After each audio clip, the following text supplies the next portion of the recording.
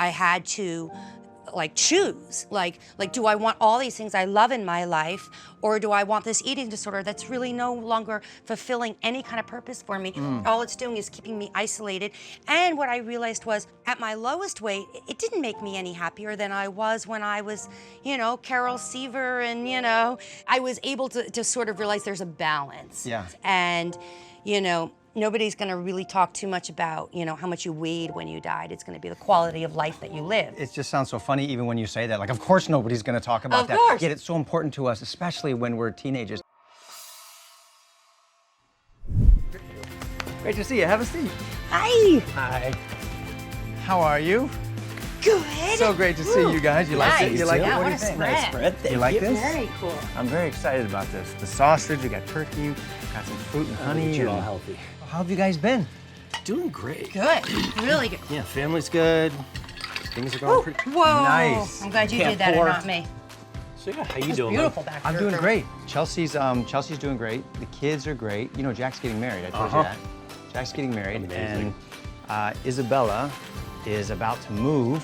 So it's the first bird to fly the nest. Oh, it's so scary. I'm half upset, can't believe that so much time has gone by. My kids are leaving the nest, and I'm half excited about being an empty nester. Because I'm thinking, I get my girlfriend back again. Oh, all that's to nice. myself. Time together, all baby. to myself. But also, and it's the natural progression of life. It's like what they're supposed to do. I Right. mean, so it's hard on us, but that's what you want them to do. Absolutely. You don't want them at 45 still No. living at home, So right? it's just what our parents went through and what now we have to go through. So, you guys, when I think about this, some people, the last time that they saw us all together was back in the 1980s, and we were Mike, Ben, and Carol Seaver up to some prank or something with Jason and Maggie, and now here we are, and we're all grown up. And now Speak for yourself. I'm married 27 years, and I have 6 kids. How did that happen? Right. And you're married. Yeah, we'll be married 24 years this 24 month. years. Yeah, 24 years, and we have 4 boys. 4 boys. Amazing. Joni and I have been together. It'll be 15 years in February. So Yeah, and we've been together. Robbie and I have been together 29. right. Amazing. I can't believe how fast the time goes by. You're telling me. Now wait a minute. I saw a video of you recently that said that you said you dated my sister. What was that all about? I never Oh, I remember saw that too, Jeremy. Nobody told me I that. don't think we can quite call it dating. wait, you us. dated- you we dated my we sister clarified Candace? this. Yes, we clarified this. There's no dating at that Where's age. my phone? I gotta text and verify. I'm not sure. She'll verify it. It's gonna She'll go. verify all right. it. I think they might have just said they liked each other. It and was called that, it a you day. remember at that time, it was that going with. together thing. Yep. You were going together. It was Going that going together thing. Yeah. You didn't go anywhere. You just, Yeah, I mean you were a thing. Right. I You were a thing. remember that, So like- that was real? Yeah, Why that did I was- never hear that about was this? actually You never real. told me. And there was no Instagram back then, so I No. wouldn't have seen it. Exactly. Sort of in There was social nothing. media. It was. Again, Everybody it was was just all we hanging did. around. I mean, you saw the most of it when we had the rap parties. We danced together whenever Careless Whispers was played or whatever the heck it was. What was that band? What band was that? Wham. That was Wham. Okay. Wham. Oh my goodness. So, that was the extent of it. But yeah, apparently I didn't remember this, but this is how Candace remembers it. Apparently I broke up with her through Melissa so that I could go out with Danica. What a jerk. Yeah, apparently. Yeah.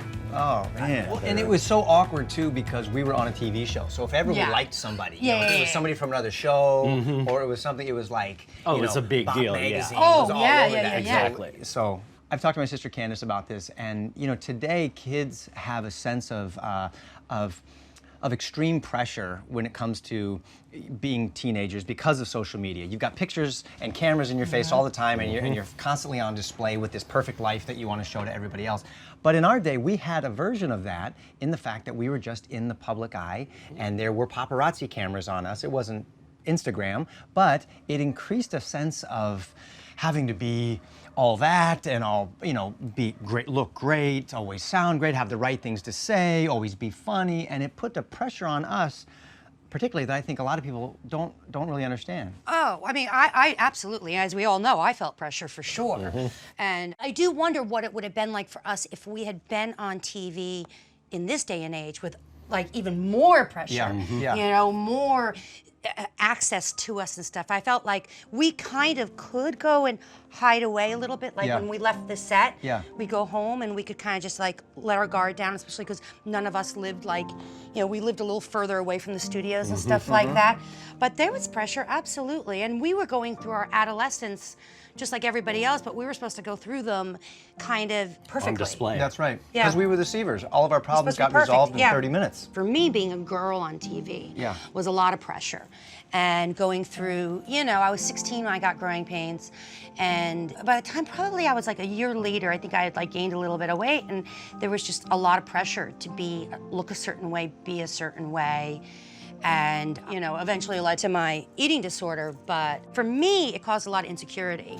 And then they would bring in best of Hollywood, the most beautiful, and you're just sitting there and you're like, oh my God, they're just like one's prettier after another that would come through the growing pains set. And so as, when you're 16, it breeds a little insecurity. So I remember just feeling a sense of who can I really trust? Here I'm this guy on TV and everybody thinks they know you, Yep. but they don't know you. Well, even by 6th grade, I mean 6th grade, that's 12 years old, I had already started kind of testing friends occasionally by telling them the show had gotten canceled and seeing their response. Did they keep Really? talking to me? And that's at 12, I was already doing that to kind of judge Just where to I figure out stood who your real with, friends are. Yeah.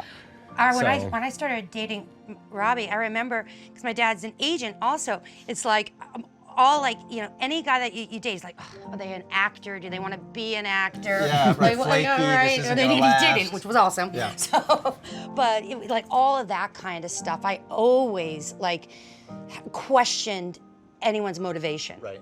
Do they want to know you for who you For who are or I for am? what you can bring to them? Yes. Yep. Right. So what have you learned, and what advice would you give to young girls today who are wrestling with the same stuff? It's hard to live in this society and not have insecurities. Yeah. But I think that you have to just keep them in check. The way that society is built, it feeds into our insecurities. But I don't let them get the better of me just because I went down such a slippery road. My eating disorder just stopped everything that I loved in my life. So I had to choose, do I want all these things I love in my life, or do I want this eating disorder that's really no longer fulfilling any kind of purpose for me? All it's doing is keeping me isolated. And what I realized was, at my lowest weight, it didn't make me any happier than I was when I was, Carol Seaver, and, I was able to sort of realize there's a balance. Yeah. And, nobody's going to really talk too much about, how much you weighed when you died. It's going to be the quality of life that you live. It just sounds so funny even when you say that. Like, of course nobody's going to talk about that. Of course. Yet it's so important to us, especially when we're teenagers.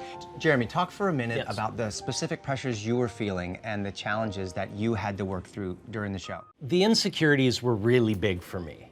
And having to be on all the time. That's what I called it, was always having to be on. Yeah. Always having to act more adult, carry myself more professionally, all that stuff. Most of my being on TV, was 12 and under, 13 and under. You guys were more teen, you had a little more input in what you were doing.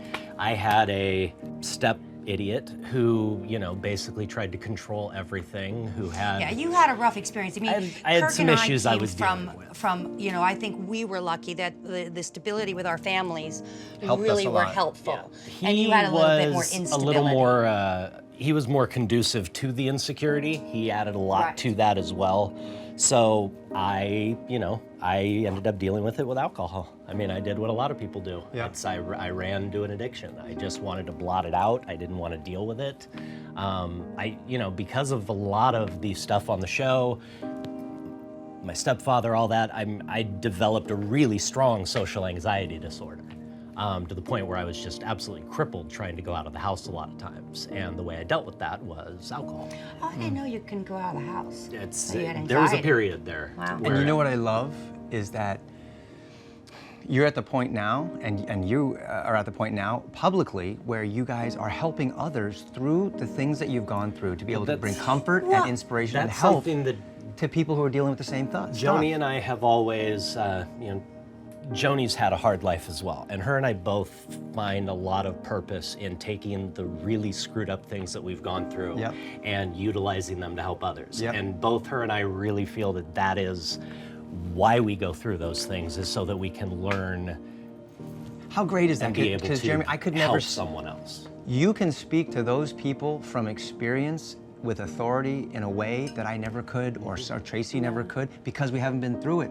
Like, and it's so great you have that perspective. I love it. It makes an amazing difference. It really does, and I'm sure Trace knows this in talking Well, to for people me, who have dealt with eating disorders as well. Mine was because it happened so publicly. I was on the show Yeah. when I got sick, and I had to leave the show. And so for me, having been so professional and been ingrained in my brain since I was a child, like you don't miss a line, you be the first to show up, last to leave, you do whatever. I was always trying to please, and so for me to have to leave the show and because I was sick was just the worst. And then it became public. And I remember there was a moment where People Magazine called and they're like, we want to do an article on her. And I'm like, it was the week I left the show and I was still trying to find like a doctor to go to. I'm like, I can't do an interview. I'm just trying to freaking save my life right here. I can't speak to anything. Well, I don't know. That's part of the problem, is that everybody is Yeah, like... but then what happened was that they said, don't worry about it. We're still gonna do the article. We'll go ahead on the article without her. We'll just interview other people about her. And I had a moment, and I think it was a part of my healing, was the start of it at least, was no. I want my voice to be heard. I don't want anyone speaking for me. Right. I'll tell my story. And so I did the article, and it ended up being the cover of People magazine. And it was the beginning of me kind of being a spokesperson for, eating disorders, anorexia, and which I never would have thought or that I would go down that road. No, but of it course really, not. I feel so happy that I did, because it was such a negative experience in my life, but to turn it around and be able to help people. I mean, Well, I'll tell save you, lives. When I first got sober, I was ashamed, like a lot of people are when they're dealing with addiction. I really was. And when I started trying to get sober, I didn't want anybody to know. I mean, I was very, very secretive about it. I used different names when I went to meetings or did different things like that. And I actually got sold out to the National Enquirer by my first sponsor. Oh, And that sent me on another bender for quite a while because I just didn't trust anybody in recovery. You just I betrayed again. Just completely betrayed again. National Enquirer never ran with it, thankfully. But they called and let me know that they wanted to do a story on my alcoholism, and it just absolutely shattered me for a while. It took a while till I was actually ready to get sober a few years later when I realized that, I wanted to talk about it. I wanted to shout it from the mountaintop if I could help just one person, That's right. And I've actually had that experience multiple times now. When I got to go do an episode of Dr. Oz, just going to sit and talk about my recovery, he brought on a girl who I'm now friends with. Joni's really good friends with her from Philadelphia, who saw my story, and I actually inspired her to go to rehab and get sober, and she's now running a rehab center. She's got 3 kids. She's been sober for 4 years. How great is that? And I got to be a part of that. And That's I had beautiful. numerous stories like that I've been blessed to be a part of, and just being able to share that created that ripple. So, Tracy, if you could go back in time and you could speak to the 16-year-old Tracy when you were in the middle of growing pains, what advice would you give her? don't be so hard on yourself. Don't be so hard on yourself, and don't love yourself a little bit more. Appreciate that, you're good enough. And the funny thing is, I think, because one of the things I thought about is, would I tell 16-year-old Tracy to appreciate this moment because it's so incredible? But I think I always appreciated where we were when we did Growing Pains. Even back then, I had an understanding of this is special and this is cool, what we're doing. I dealt with a lot of fear, with that anxiety, with just never knowing what was going on, and I was afraid of everything. I missed out on a lot of great things in my life, letting fear just dominate me. I would tell him, don't be afraid. You know what's most obvious to me, just listening to you guys, is that what your perspective is all about other people. You're talking about other people, helping other people, and that is where that sense of fulfillment and that great feeling comes from. Talk to me about what your passions are today. I have been busy raising my kids.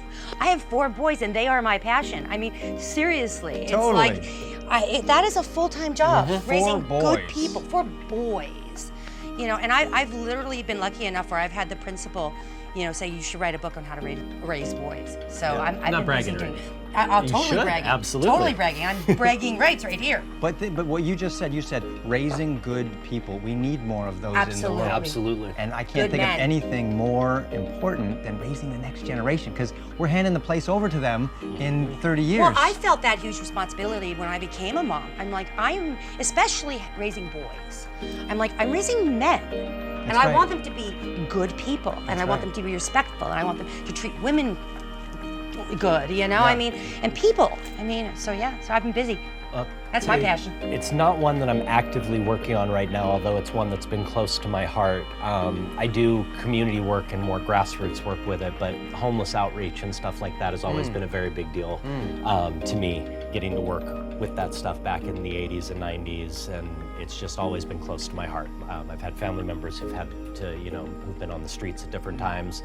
When the economy crashed, I was car surfing and couch surfing for a while, had lost our place. I mean, it's something that affects a lot of people. We were never on the streets, but I've had a lot of friends and a lot of people who've had to go through that. Yeah. And a lot of friends, a lot of people I've known through addiction and recovery who've had to go through that as well. And that's just something that means a lot to me. I'm trying to put together a cooking show right now that we did a pilot for, where we would actually You're a great be- chef. Thank you. I've had you at the house several times. He's That never chicken dish you do with cooked for me. with like the root beer can or that was awesome. Thank you, man. And I still have to. Just tell me when. I'll come.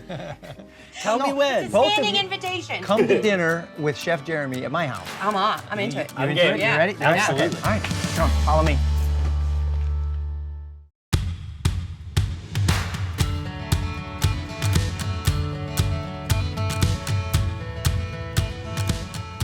All right, Jeremy. Or should I call you Wolfgang Puck? You are in charge, sir. You cooked at our house one time for the kids, but Tracy, Jeremy's never cooked for He you. has never cooked for me. never This is a gotten the very chance. important So, day. so how about we're the sous chefs? Love it. And Jeremy, you tell us what to do. I That see works you for at me. work. Work your magic. This is beautiful. I love it. I love it. Okay. So we're gonna Wait, do. are those shrimp alive? No, not alive, but they do have They the have heads. more I stuff see on them feet than I and have. lots of Yep, tentacles they and have the head antennas. and shrimp on. Ah! Nice. We're gonna do what My these shrimp is. don't look like that when I cook them. We got to take the heads off, and then I'm gonna peel them. So all you do is twist the head off. Wait, you're gonna give Tracy the job of No, I'm gonna slicing? give. No, I'm not doing No, that. no. Oh my I God. hope I'm this is thinking not we need to received. call the ambulance right Yeah, now. right now. I was gonna see if Trace would be willing to take a few heads off. Let's see if. No. No. Since Trace won't do it, will you start? Yes. All right. Watch this. Just start taking the heads off. Okay, see, but And setting them here. Yeah, That's sorry, right. Jeremy. I would like to have shrimp again in my lifetime. Tracy, this is the way that you actually need to do it. You need to take the head off like this. Oh, God!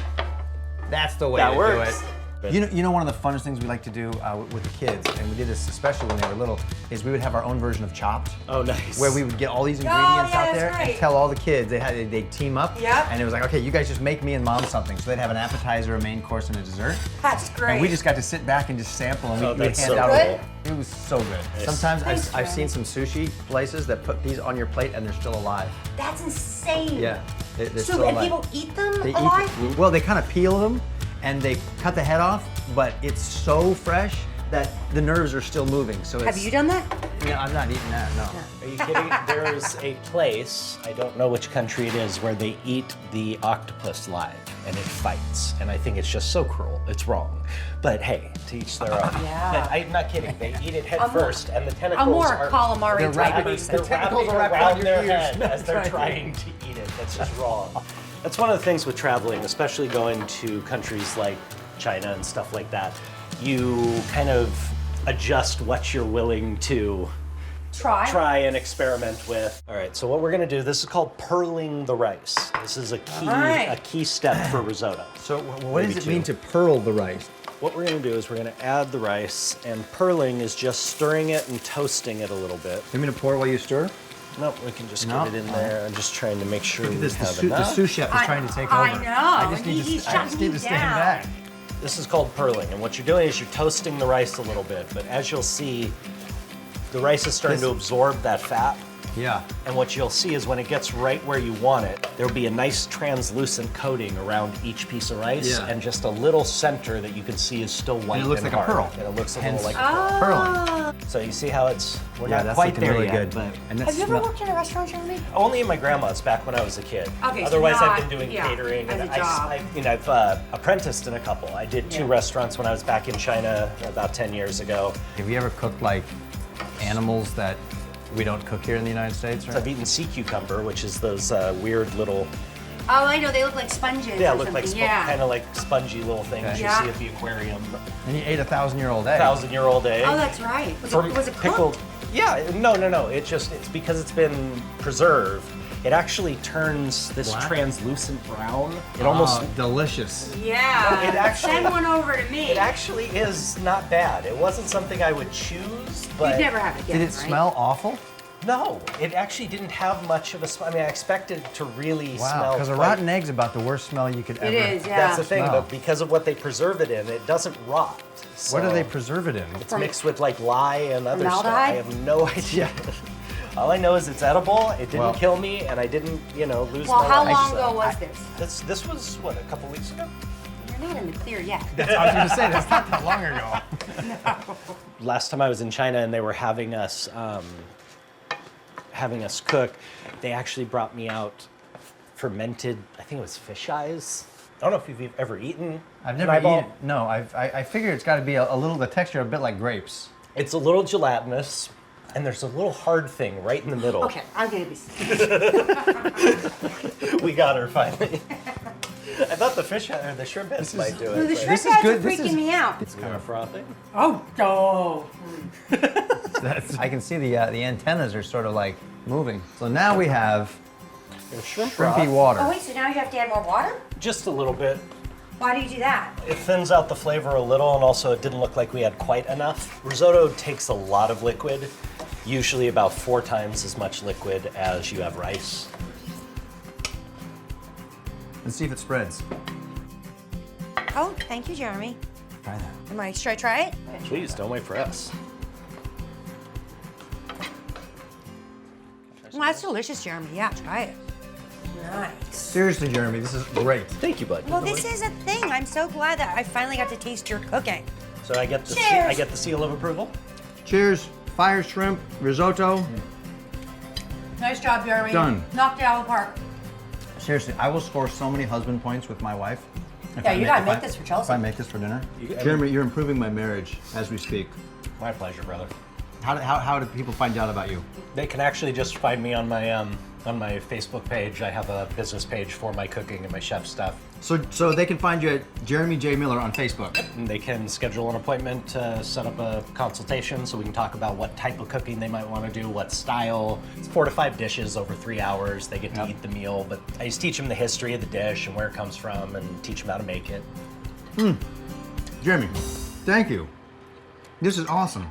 It really is, Jeremy. I mean, we got cooking lessons. We got a great lunch, and My pleasure, guys. well, thanks. This was awesome. Thanks for having me. I'm glad Thank I you, got to do it. Jeremy. Only took 30 years. Hi, I'm Kirk Cameron, and thanks for watching the TBN YouTube channel. We hope this video blessed you. Please make sure you hit the subscribe button and then tap the bell icon so you're notified every time a new video is posted. And please share the video with a friend who needs to hear it. Thanks, and God bless you.